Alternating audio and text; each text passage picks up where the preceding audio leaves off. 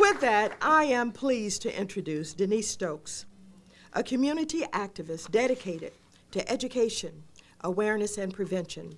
She has been involved in the AIDS education effort for over 8 years. She is now a freelance AIDS educational consultant and motivational speaker.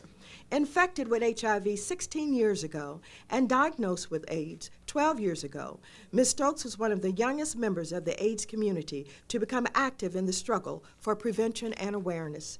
Denise was instrumental in gaining access to African American churches in the early 1990s and in being one of the first people to put a face on heterosexual HIV infection. Ms. Stokes now serves as a member of the Presidential Advisory Council on HIV/AIDS. Please give her a big welcome.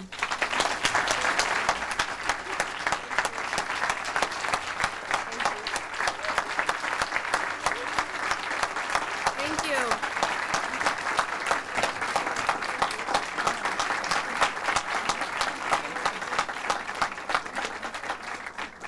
Thank you very much, Representative Waters. I want to tell you, though, I'm not that young anymore, and that's something I'm very proud to say because it's quite an accomplishment for me. When we talk about AIDS, we talk a lot about numbers that can be overwhelming or intimidating, but we need to look more closely at the numbers until we begin to see the real lives that they represent.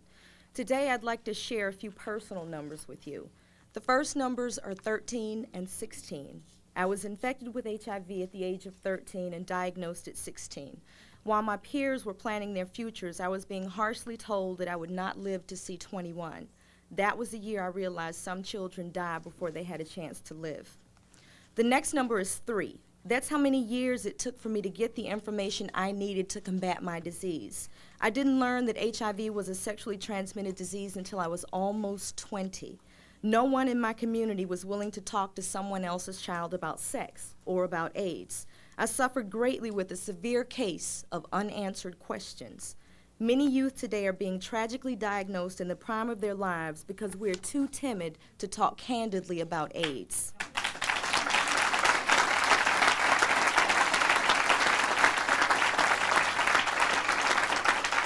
We are afraid to keep our children alive long enough to make healthier choices. 13, that's how many pills I take each day to help sustain my health. Pills that are not easy to take and that leave me feeling nauseated and tired, but they are all I have right now and they keep me alive. I'm happy to have them. But they are pills that are not easy to come by. Many of my peers have no access to the latest medicines. Therefore, they have no access to the hope being experienced with each new improvement. They sit by and watch people live longer, healthier lives while they still suffer with preventable infections.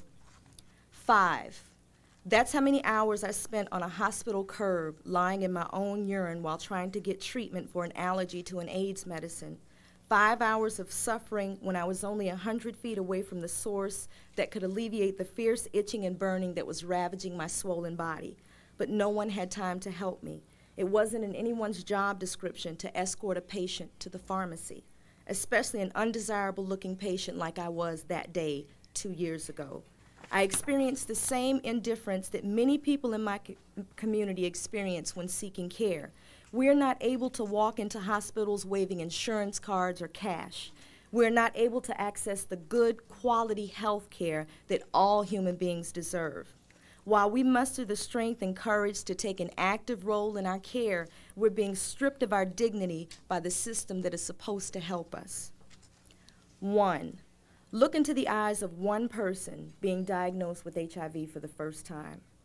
Tell a homeless young man with HIV that he has to wait 1 more year for housing because the resources are not yet available. Tell one young woman that you can't fill her prescription for medicine that will save her life because she has no money. Tell one child that his mother won't be coming home anymore because she died today of AIDS-related complications. Do any one of these things and you will understand what this $156 million means to the Black and other minority communities. This initiative is important because the monies allocated and the commitments made here today will positively impact communities in dire need of support services. And just maybe, not one more of these travesties will occur on my home front. The last number I want to share with you today is 0. I demand that we be liable until there are no new infections, that we do what's necessary to save lives and not what's popular, until there are no more people desperately seeking care only to find the doors are closed, until there are no more people suffering with AIDS. We have to stay committed, just as committed as the President, the Vice President, and the Congressional Black Caucus, just as committed as Sandra Thurman, Secretary Shalala, Dr. Satcher, the Advisory Council on AIDS, and many, many others who have worked tirelessly on this important issue. 0 is our goal, because no more can we sit idly by and watch AIDS consume minority communities. We must maintain the momentum that we have gained today, because HIV is maintaining its momentum. No more addicts needlessly infected with one disease simply because they have another one. Addicts should have services and the tools they need for effective prevention.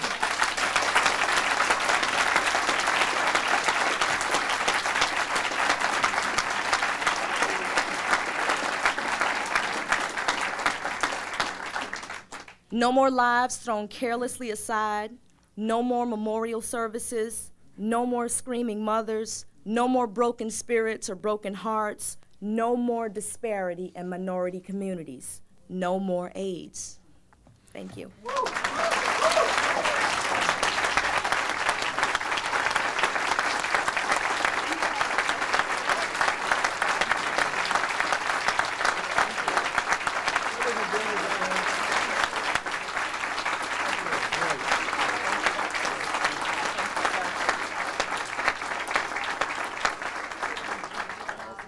I think that was a very good last word. We're adjourned. Thank you, and God bless you all. Let's keep going. Thank you.